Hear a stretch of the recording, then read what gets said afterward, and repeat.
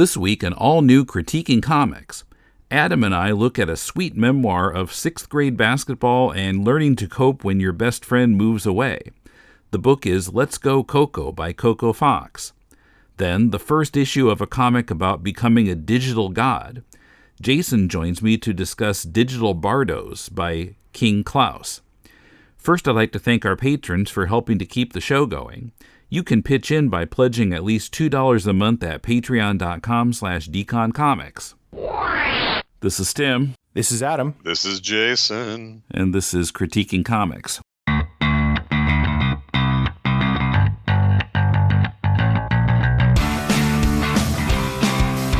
Welcome to Critiquing Comics. This is Tim in Tokyo, and this time Adam is in the first half. Adam's in Nagoya. How you doing? I'm very honored to be in the first half, finally. My popularity must be rising. Not the first time. Well, it's just a matter of who I end up recording with first for a particular episode. And Jason, I couldn't set up anything until 10 days from now. So I see. So it's the opposite. I'm less popular. I just have a more open schedule. I see. Nothing to do with popularity. Just how it worked out schedule-wise. Sure. Okay, so we're talking in this first half about a book called Let's Go Coco by Coco Fox. So, yes, it's a story about herself when she was in 6th grade. This is published by Harper Alley, which is an imprint of HarperCollins. And I gathered from the notes at the end that she's I'm not sure exactly when, but a recent graduate of the Center for Cartoon Studies in Vermont. Right, I saw that too. Yeah, where I did an episode of the podcast way back in 2016. Oh, you did it there? Yeah, I went to talk to some instructors and students. Because it's right near where my brother lives. My brother lives just across the border in New Hampshire. Okay. That is the part of the country where my geography skills fall apart completely. You could throw out any New England or, upper northeast part of the country, and I have no idea. So, Well, having my brother living there has helped me learn it. I can finally remember which one's New Hampshire and which one's Vermont. You could pick them up out of a lineup. I wouldn't know at all. Well, Vermont is the one that's V-shaped. Okay. New Hampshire is upside down V-shaped. So, okay, it's a decent mnemonic. We'll see if I remember that if I have a 4th grade geography quiz sometime. All right. So, so it's a memoir of when she was in 6th grade, and her best friend, she says her only friend, Blair, moves away to Boston. And she has a hard time adjusting to Blair not being there. Right. I could relate to this a lot, although I was on the other end. I was the one who moved. And when I was 14 and had a hard time adjusting to that. Yeah, I've done that as well. When I was about 14, I moved, and I think, I don't know where you moved to or from, but I moved from Iowa back to California, so it was a big, it was a very country mouse, city mouse kind of situation for me. Our move was within the state of Iowa, but there were times it felt like it might as well have been on the moon. It felt so far away from people I knew in the previous town. Couldn't drive yet. Yeah. Yeah. But yeah, I definitely understand what you mean about the moving thing and how that's, when you're separated from your friends and have to make new ones and stuff, it's a very isolating thing, which I think this author, captured pretty well. Mm-hmm. Well, I got the impression that Blair was doing a better job of making new friends having moved than Coco was staying in the same place and just having one person move away, at least at the beginning. Yeah, exactly. Yeah, in the beginning it seemed that way, and then towards the end it seemed maybe like things had switched, or maybe the roles had switched a bit. I'm not sure, but maybe, or at least evened out. Because Blair joins the 6th grade basketball team, it's a little unclear from the book. It's basically a girls' team, except then there's one member who's what's the word? Non-binary. Non-binary. Thank you. Yeah. So I wasn't sure how they deal with. Okay, well, there isn't a non-binary team, I don't think. So. Right. But that was kind of an interesting part because very naturally the girls kind of came to the idea that, oh, it's weird that we're called the Lady Owls, even though we're not all, the same gender. And so that they came to the conclusion that it would be better just to call themselves the Owls. So it's handled in a very, that's something that I kind of liked about the storytelling in this is that everything is handled like it's a very normal thing. The fact that she likes one of her teammates, which is a girl, is not really, there's nothing specifically oh, wow, we're going to throw in a token lesbian in this story or anything like that. It's a very natural kind of thing. Oh, some people are like this, some people are like that. The same thing with her friend Blair, who happens to be, a Chinese speaker. At home, she speaks Chinese and there's English subtitles. But when she's at school, she speaks English. And so, it's done in a very, very matter-of-fact kind of straightforward way, which makes you, say oh, yeah, these are all just totally normal things, which is the way that I think that they intended it, and I think that that's the way it should be, to be honest. But, so I liked that part of the story. It was almost like a Star Trek original series kind of thing, where it's we're not going to make a big deal about the first black person on television being a member of the crew. She's just there because that's right. How things are. And I really like that approach where it's not drawing a bunch of attention to it. Yeah. Well, by the way, we forgot to mention that this takes place in Indiana. So that's Blair right. moves from whatever town this is in Indiana to Boston. Right. Yeah, well, not just the gender thing. I liked how a lot of it was just kind of natural, and some of it was kind of some nice observations that were sometimes kind of funny. One time, so Coco is feeling upset, and her dad goes into her room to talk to her, and he sits on the floor, and as he's sitting down, his joints are going crack, crack. I hadn't noticed that, but that's good. Yeah, you can see the little sound effects there, crack, crack. Yeah, my mom's joints always cracked when she was even in her 30s. I haven't had that very much, but... Well, knock on wood. It might be coming around the corner for you. I agree with you that there are some nice little observations. Obviously, I think that the author is very observant of the world around her. And, so the thing about, I think, storytelling in general is there's always, there has to be some kind of conflict, right? It's man versus nature, or man versus machine, or man versus other man, or whatever. And this one is very much man versus himself or herself. Because there's not really an actual conflict in the story per se, other than the fact that Blair moves away, which is maybe a really big deal to a sixth grader, but in the long scheme of things, it's not a very big deal, or making friends or things like that. But in general, it seems to be that the protagonist, Coco, is essentially battling herself and her lack of courage and her kind of inner voice that's always telling her that she's done things wrong and made a mistake and everybody hates her. And right. It's her trying to conquer that. Yeah, even when it's clear that nothing of the kind is true, it's just in her mind, she's, oh no, did I do that wrong? Everybody hates me now? Right. And I liked how whenever she's feeling that kind of self-doubt or loneliness, we have these they're not really hand-shaped, but I thought of them as kind of claws surrounding her. They're shaped more like the tails of a fox or something, or tails of foxes, but they'd start kind of swirling around her when she was feeling that way. Yeah, these wisps of self-doubt. I thought it was a good symbolization. Yeah, I thought so too. And I think she very well captures the feeling of being in a preteen mind. And feeling like something very simple, like, oh, I lied to my friend and she found out, is like the end of the world for you at that time.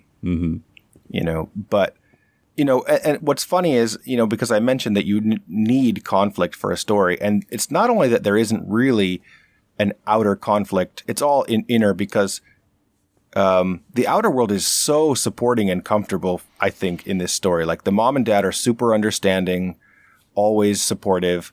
The friends are all very supportive. She doesn't have a hard time making friends at all once she's able to conquer her own self-doubt. Everybody's very welcoming.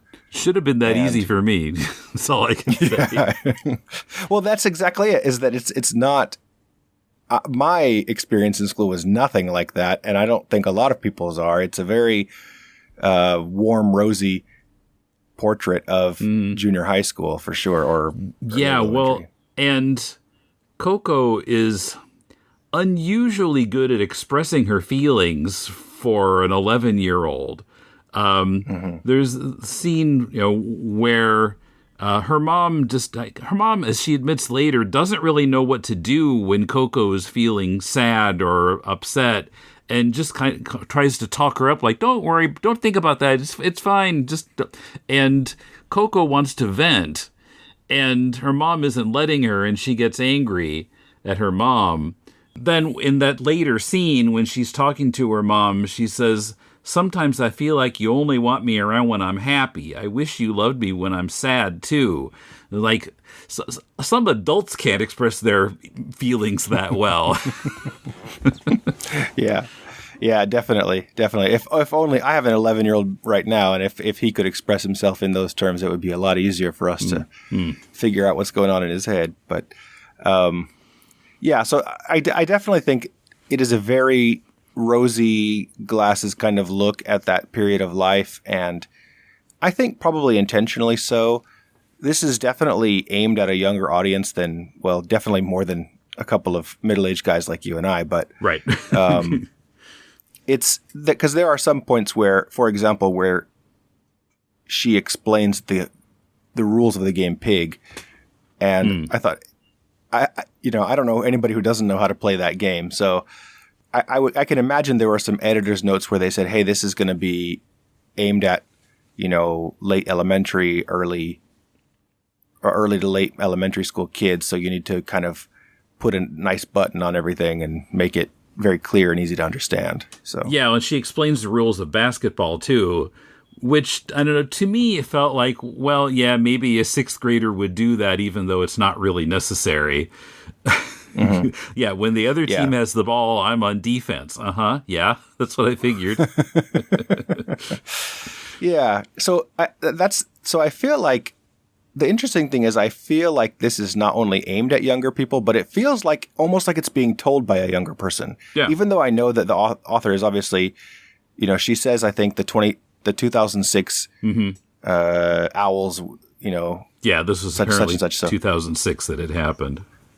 Right, which makes her very young. I mean, she'd be a lot younger than me. If she was 12 then, yeah. So I didn't do the math. I didn't really want to, but I guess that would make her in her about 30 now. Yeah, I was going to guess late 20s or early 30s, and it was actually hard for me to guess exactly how old, because it's definitely written in a very young way. The art is a very fresh, kind of younger style, and the storytelling as well. But there was a point where they talk about SNL, and the host that was coming on was, if I recall correctly, I think it was Steve Short, which is supposed to be like Steve Martin or Martin Short combined, right? Like a portmanteau. And then that'd be some powerhouse comedian, those two combined. Wow. Yeah, exactly. All the other comedians are quitting. They just can't live up to that. That would be like the perfect SNL character for sure. I mean, mascot, but yeah. So then she responds to that by saying, "Oh, he's a wild and crazy guy." And I thought, that's a pretty old reference for somebody in their 20s to get. Yeah, he hasn't really used that line in decades. Even in 2006, he hadn't used it in quite a while. Exactly. So my thought was, this is either somebody who's a big SNL nerd, or they grew up in a household where, the mom and dad were really into old 70s SNL maybe. So. Or listening to Steve Martin albums, although some of them are maybe not appropriate for a sixth grader, but... He's fairly clean though. And Depends on that which actually- album you're listening to. I suppose that actually kind of reminds me though that this book is definitely, it's all ages, and there isn't really anything controversial about it at all. It's it's a very sweet little kind of tale of growing up and stuff. So, which is, like there's other stuff that's YA and aimed at the same sort of people. I would think of something like Gillian Tamaki's books, or, things like that. And those have a little bit more, they have some curse words and little flashes of nudity and things like that, and kids smoking and things that are not as, I don't know, all age friendly like this is. So yeah, this is something that like you could easily put in an elementary school and in the library, and kids could read. Although these days, all the book banners would probably hate the LGBTQ friendly things in it. Yeah, But, yeah. I can imagine in Indiana especially. So Yeah, I could imagine someone wanting to ban this, but yeah, I would not. I thought it was interesting that her teacher is teaching them Hitchhiker's Guide. They're reading it for school. Like, wow. that was something else I noticed, because all the other books they reference are books that I remember reading at that age, like Bridge to Terabithia and things like that. But Hitchhiker's Guide, if only I had a teacher that would turn me on to things like that at that age. I mean, I read it when I was in high school. I think my brother discovered it first, and then I was reading it too. But it wasn't something I read for school. Right. Yeah. Same. That would have cracked my head open like a grape, though, as like at 12 years old, if I had read that. So. I was interested to note also. So one of the girls on the team is Maddie, and Maddie has some issues. And part of it is, I don't know, her parents are less than ideal. And in various ways. And, one problem is that in games, her dad is always watching her, and she always wants to impress him and get baskets. And she gets angry if somebody else takes the shot instead of passing it to her. But she's not like a one-dimensional villain from an 80s teen movie. She'll later come back and apologize. Although it happens a little too much, and, well, I won't spoil that, but she had some depth. She wasn't just, the mean girl all the time. Right. Yeah. I mean, she was actually one of the more welcoming characters initially to Coco, inviting her to come on the team and things like that. So, and yeah, you kind of are rooting for her, even though she's kind of a hard character. And I had this whole feeling the whole time, oh, they're going to crack her and she's going to be really nice. And I won't spoil whether or not that happens, but she was a very compelling character. I felt like, she has I don't know if she's an alcoholic mom, but definitely a sort of absent mom in some ways. Yeah, mentally. I definitely had friends like that in school, though, where we'd go over to their house specifically because their mom or dad was always passed out drunk on the couch or something, and we could do whatever we wanted. So it definitely rings some very particular bells for me. But yeah, like you said, the art is very kind of simple and cartoony. It's not trying to be realistic at all in that sense, but it really works. And I think, art always sets a lot of the tone for a graphic novel. I mean, if you could take this exact same story and have it done by, I don't know, Alex Ross or something, it would feel completely different. Yeah, it would not fit. No. So, it would feel much more soap opera-y, maybe. Yeah, exactly. Yeah, it's very much like, it almost has like the Dave Pilkey kind of like, Captain Underpants look to it or something, but more accomplished than that. I would say this is actually very, I can't really express this very well, but there is definitely a Center for Cartoon Studies vibe to her art. So, and I just feel like there's such a focus from that particular school of sort of how a page should flow to make it kind of, I don't know, like things that I see from artists that come from that. They tend to focus a lot on the whole comic as a whole and not so much on just line work and things like that. And so, like I said, I don't have really a good way to express it, but there's definitely a Center for Cartoon Study vibe to it. When I mean that as a big compliment. So I guess what I want to say is it's very focused on comics as a craft. Mm-hmm. And so this is a very well crafted comic book. Yeah. Yeah, definitely. So it's 240 pages, and it didn't read like that at all. Like it was a breeze to get through it's not dense. You can get through it. I think it took me about an hour to get through, if that. Yeah. I like that I can recommend this to basically anybody. I could give it to my mom and she'd probably find something to enjoy out of it. I'd give it to my daughter. She'd find something to enjoy from it. So it's a very well crafted comic book for sure. Yeah. I mean, I'm a 59-year-old guy and I enjoyed it. So. Yeah, exactly. I mean, honestly, we review all kinds of stuff here, and this is one that if I saw it on the stack of books, I would have initially thought it's not going to be for us. But I honestly have enjoyed this more than the majority of the things that we've read on this show. Well, I mean, she's a little further along in her career. She's getting something published in a HarperCollins imprint, so.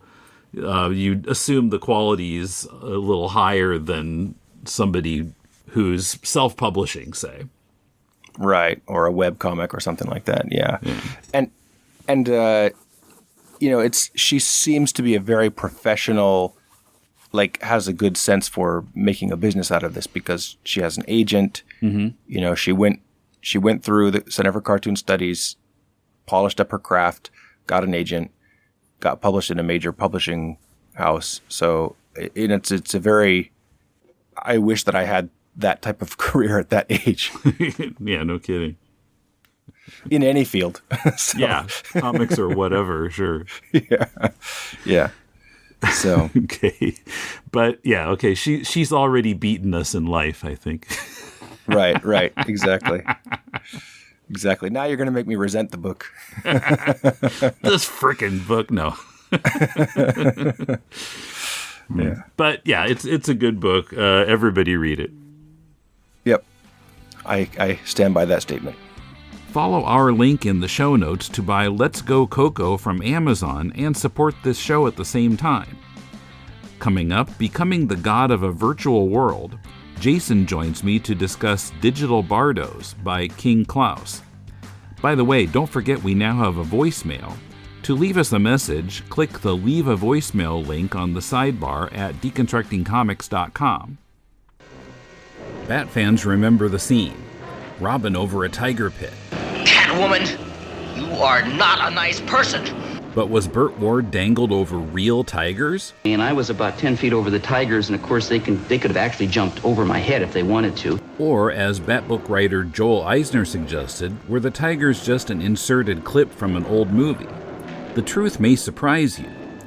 A deep dive into the tiger pit, figuratively, on the latest episode of Bat Bits, available only on Patreon. Visit patreon.com/deconcomics. All right, now Jason is here. Hi, Jason. Good evening, Tim. And we've got a comic called Digital Bardos. I had to look up Bardos. I didn't know Me this too. word. So Bardo is an intermediate transitional or liminal state between death and rebirth. And apparently this is the plural form of it. Bardos. Yeah, anyway.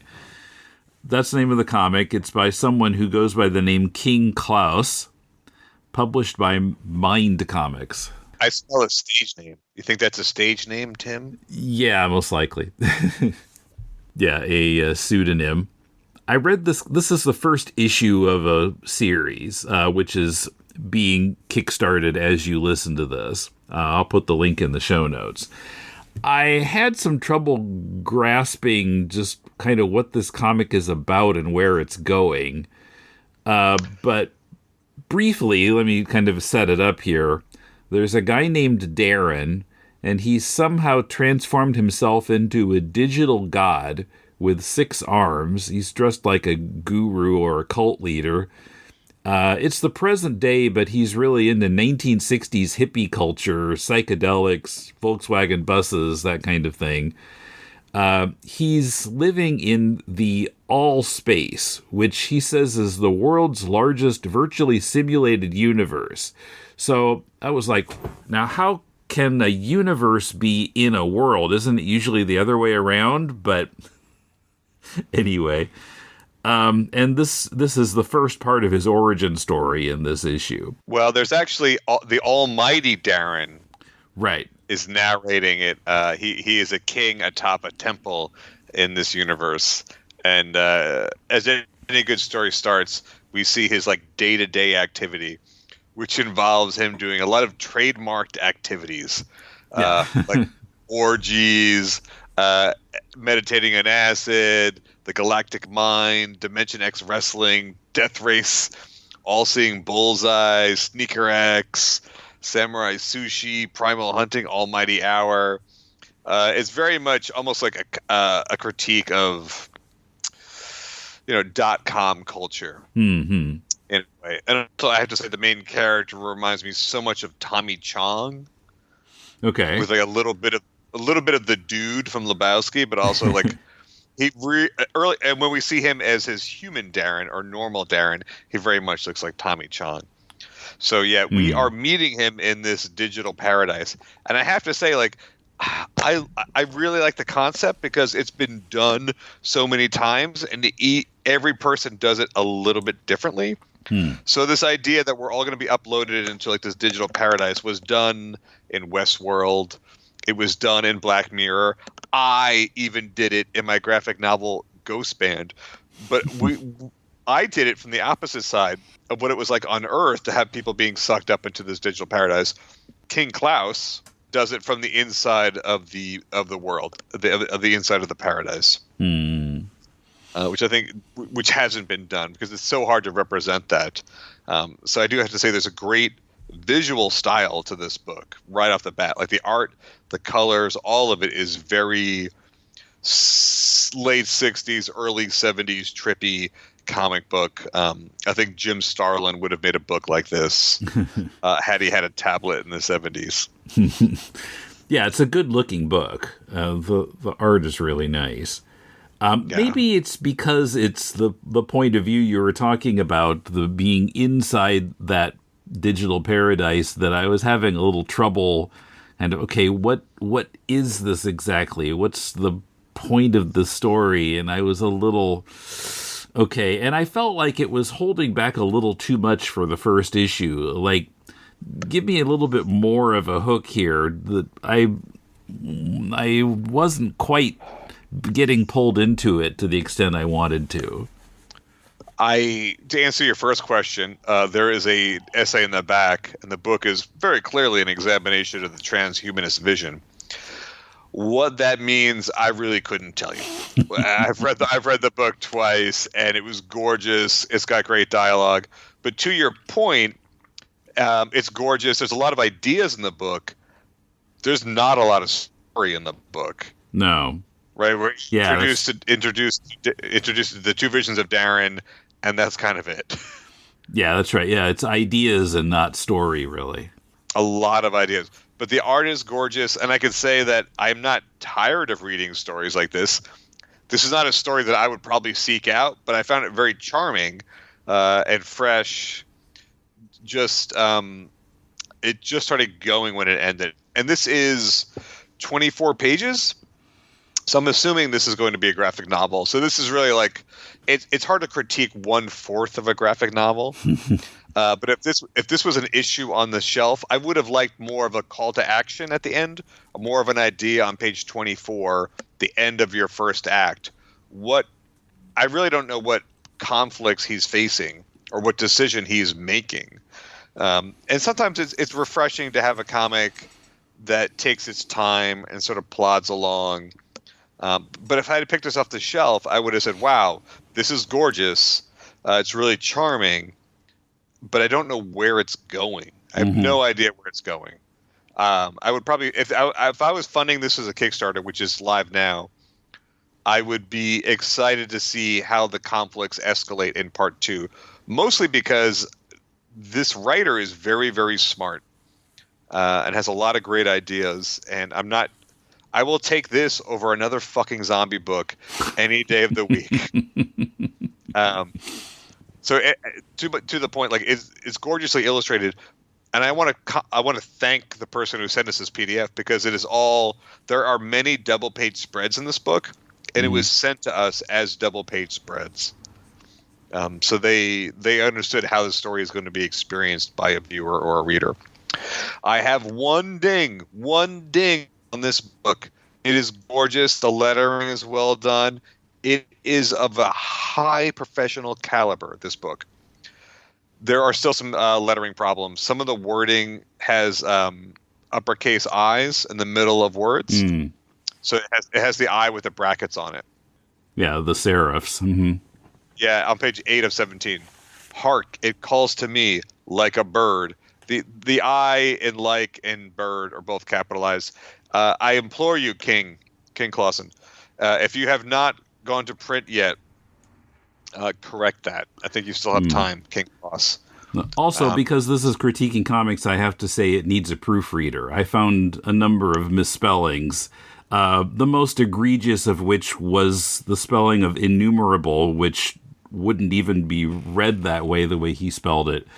So, I mean, I'm available for proofreading work, so call me up. But I caught a few myself, and this is part of the problem when you do everything. King right, Klaus. he's the writer and the artist, and I don't think any other hands have touched this. Yeah, he's probably the publisher as well. My very first comic that I published in 2003 was riddled with typos because I did it all myself. And I was so confident, and you're all alone. And it really is worth hiring someone like Tim or anyone to just someone else to take a pass and catch those typos, those things that we probably haven't spelled out. I did catch a few typos, but sometimes for me, they add to the charm. What really sticks out to me as a letterer are those uppercase I's in the middle of words, because that tells me you copied and pasted from a Google Doc and your font just didn't. If it's not a Comic Craft font or like a Blambont font, it might not catch that. So, and there are times you want to emphasize a word and you want it to be capitalized in like prose writing, but in comic books you want to use the font. You want to use like a bold italics to get the same point across. But in any sort of typesetting, you never see those serifs on a capitalized I. Right. That's just for like the personal pronoun or the beginning of a sentence. Right. But if you see logos that have an I, like Adidas or something, the brackets aren't there. They're just sawed off. It's just understood in typesetting that you don't have that on there. Yeah. But like I said, like this is one dude. This is a Herculean effort of work that he put into this. And I think it's really gorgeous. It's slow, but it's got a good mood, and I found it quite refreshing after some of the books that we've looked at. This is not something I would have picked up on my own, but I'm really glad I read it, and I would love to see where it's going. Yeah, I really want to know what the story is. Which is my wink and nod to the author saying, I hope it's going somewhere. Because 100 pages of this would be satisfying, but I'll give you 24 pages of this. I just want it to be going somewhere. Right, yeah, I want. That's what I guess I was missing, was a little bit more of a hint of what the story is going to be. It's kind of just all set up. And okay, so then what happens? Let's have something happen. But yeah, it's mostly because it's very few characters. There's like maybe 3 characters total, and maybe like 1.5 of them actually matter. Right. I do want to quote my favorite line of dialogue. He's talking to not quite a deity, but a very evolved sort of person, and this Tommy John character, it's like sort of rebuked and says, "That's a bunch of total gatekeeper bullshit." I just fucking love that. This book is full of so many philosophical ideas, and just to have that sort of anchored it and made it more human. And then you listen here, Baldy. I don't know. And a book that's meant to be very, very enlightened. I do appreciate some guttural humor. So it's not afraid to have fun. There were a couple of cases where I couldn't tell if it was a typo or not because I wasn't quite sure what he was going for. So silicone comes up several times, and I wasn't sure what the relevance of it was, if he meant silicon rather than silicone or two different things. I wasn't sure. I mean, silicon, it would be computer chips. That's relevant to the story. So I wasn't sure if that was what he meant or if there's some other reason that silicone would be in the story. I don't know. He may be playing a game of chess, a 3D game of chess above my intellect with that. I'm not sure. I will say it starts off interesting with these caption boxes where it has like a lemon wedge on it. But then there are speech balloons that then have a lemon wedge on it. And I kind of feel like maybe you don't need so many lemon wedges because there's really only one person in this entire story. I kind of understand that it's all from their perspective. Yeah. Maybe dial back the lemon wedges on the outspoken dialogue. Right. And when you zoom out, they just look like a lot of Pac-Mans. That is a Pac-Man vibe, yeah. I mean, it's well designed. I just think maybe you could dial back some of those things. And I guess I hadn't noticed that, but yeah, it is kind of excessive when there's nobody else speaking on that page. So we knew who's speaking all the way through. Right, and then also to add it to outspoken dialogue, out loud dialogue is a little bit too much. I feel like there are probably parts of this book that I'm not appreciating because I am not a deadhead. Yeah. And psychedelics are not my drug of choice. Not that any of you kids listening should ever do drugs. Just say no. Yeah, just say meh. Just say I know a guy and I can get a better price. But I just think it's really gorgeous and it's obviously a labor of love, and I applaud anyone who puts this much work into a self-published comic. It really is. I mean, when you glance through it, it really is of a high professional quality. Would you agree? Mm-hmm. Yeah, definitely. Yeah. I just think story-wise, it just needs to, please, in the next volume, pick up the pace and show us, the audience, how we interact with this story as human beings on the planet Earth in 2024. Where are we in all of this? Because right now I'm watching a Tommy Chong dude-like character, and that's engaging for a while, but I want to know more about how this affects humanity in general, this sort of digital utopia. Yeah, I would assume that Darren is going to be interacting with other characters more in the next issue. The almighty Darren. Right. Yeah. But for a self-published work, it's very, very polished. It's very great. I mean, it's very impressive. Just fix some of the typos and the uppercase I's, and before you go to print, please, dear Lord. But I would not be surprised if this got picked up by a bigger publisher because of a high professional quality. Yeah. Who would you recommend this? I can imagine it as like a Ahoy or Image book or something. Yeah. So I would highly recommend that you go over and check out King Klaus's Kickstarter, because this was a labor of love. This was a comic that was done completely on King Klaus's time and bandwidth for your entertainment. And this is the type of work that needs to be supported by independent, the independent comic book readers. This kind of material lives or dies on your support. Mm-hmm. Yeah, it's true. Okay. They're going to keep making Batman. They will always keep making Batman. Don't worry, Batman's safe. You can give up Batman for a month and try one of these labor of love books. Batman will still be published in the year 2500, probably. Yeah, long after we're dead, Batman's still going to be fighting crime.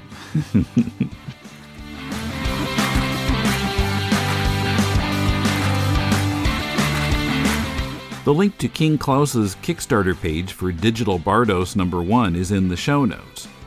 Thanks to our patrons for supporting Deconstructing Comics, Critiquing Comics, and our other podcasts. To join them, go to patreon.com/deconcomics. Patrons get access to podcasts about the early years of The Amazing Spider-Man, Jim Starlin's run on Captain Marvel, and more. Are you making a comic? Send it to us and we'll do a Critiquing Comics episode about it. Our theme is from bensound.com. Recently, the Unpacking Peanuts podcast got into talking about Ernie Bushmiller's comic strip Nancy and whether it's terrible or awesome. That reminded me of our own 2018 episode about Paul Karasik and Mark Newgarden's book How to Read Nancy. It's a book that any comics fan should read, even if you come down on the terrible side of the equation regarding the Nancy comic strip. Next week we'll re-present that episode. Until then, this is Tim, and thanks for listening to Critiquing Comics.